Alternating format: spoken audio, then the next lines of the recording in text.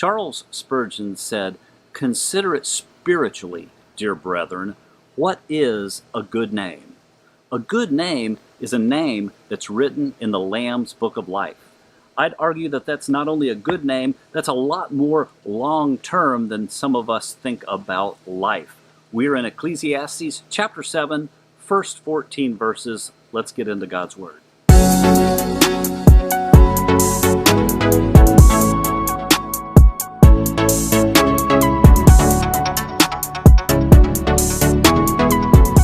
Before we get rolling, I'd like to acknowledge that yes, I am not bucking the trend. I'm actually recording this outside, so you'll hear birds, you'll hear my neighbor pressure washing. Don't worry about it. Biblically, we read the Bible and we see a line drawn between good and evil. We see in Solomon's writing in particular that he draws a line between wisdom and foolishness, wise people and foolish people. But in the world that we live in 2020, what we see is a lot of people that are not willing to draw that line. Because we're not willing to draw that line, we see a lot of different lifestyles, a lot of different theologies and different ideologies, and a lot of activity tolerated that probably shouldn't be tolerated, and things celebrated that shouldn't be celebrated. And culturally speaking, it seems like the foolish are winning, so to speak. Like I said, we're going to be in the first 14 verses of chapter 7. Let's get in and read those verses. Verse 1, "A good name is better than fine perfume, and the day of death better than the day of birth. It is better to go to a house of mourning than to a house of feasting, for death is the destiny of every man. The living should take this to heart. Sorrow is better than laughter, because a sad face is good for the heart. The heart of the wise is in the house of mourning, but the heart of fools is in the house of pleasure. It is better to heed a wise man's rebuke than to listen to the song of fools. Like the crackling of thorns under the pot, so is the laughter of fools. This too is meaningless. Extortion turns a wise man into a fool, and a bribe corrupts the heart. The end of a matter is better than its beginning, and patience is better than pride. Do not be quickly provoked in your spirit, for anger resides in the lap of fools. Do not say, 'Why were the old days better than these?' For it is not wise to ask such questions. Wisdom is like an inheritance. It's a good thing, and benefits those who see the sun. Wisdom is a shelter, as money is a shelter. But the advantage of knowledge is this, that wisdom preserves the life of its possessor. Consider what God has done. Who can straighten what he has made crooked? When times are good, be happy. But when times are bad, consider. God has made the one as well as the other. Therefore, a man cannot discover anything about his future." My favorite nugget is from verse 6, where it's talking about the thorns burning under the pot. If you think about it, thorns burn incredibly quickly, and they're very noisy. There's no longevity there. There's no end game there. It's just a flash in the pan, and Solomon obviously doesn't see that as very beneficial as compared to wisdom, which is much more long-enduring.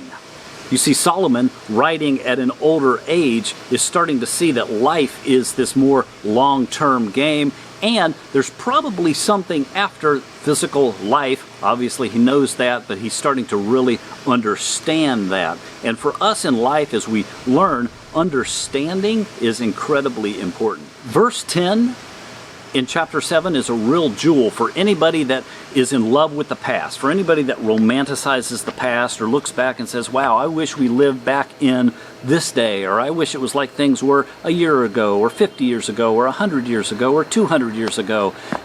Even people in church history, they look at the Reformation, or they look at particular periods in church history, and they really romanticize those thoughts.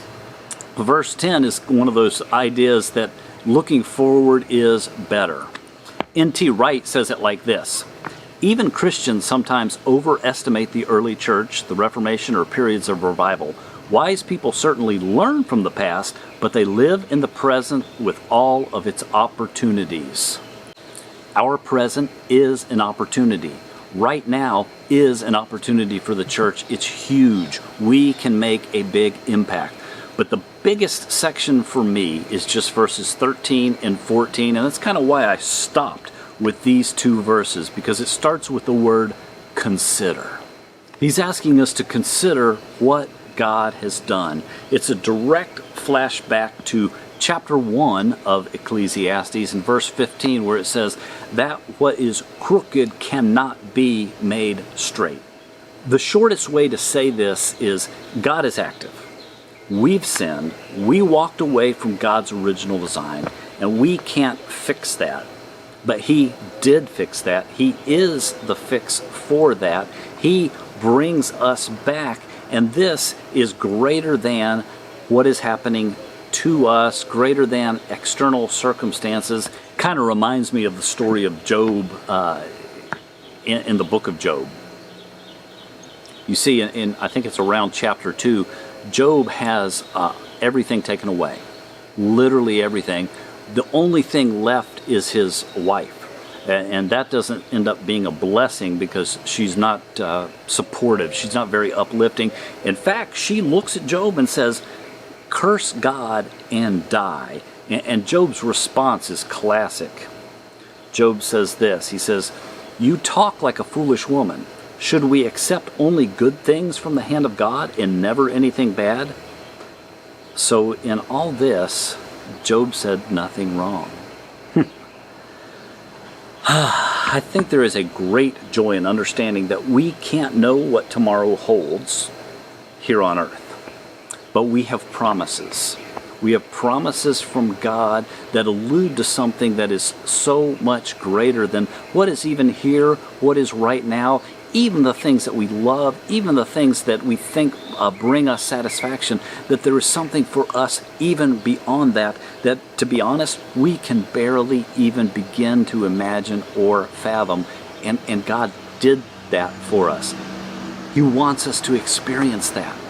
And that is an exciting thing. So when Solomon says, consider what God has done, and we can't straighten this out, we can't fix this, but God.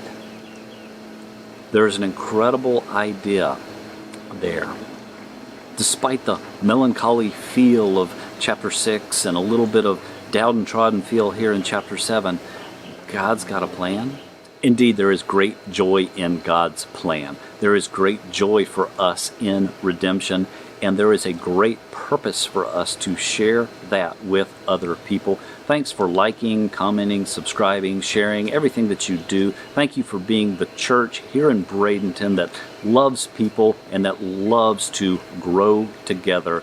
Thank you for being a church that finds joy in redemption, that wants to share your faith with people, with a lost and dying world. I thank you for loving each other and loving the community that we're in.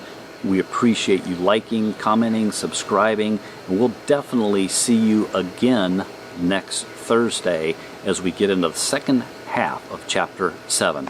Hey, and don't forget that Dwayne did conclude the I Am series, but Breakfast and Bible Study will go live with Zoom this week. We'll have links on the church website and the Facebook page later in the week, so Saturday morning you will want to check that out.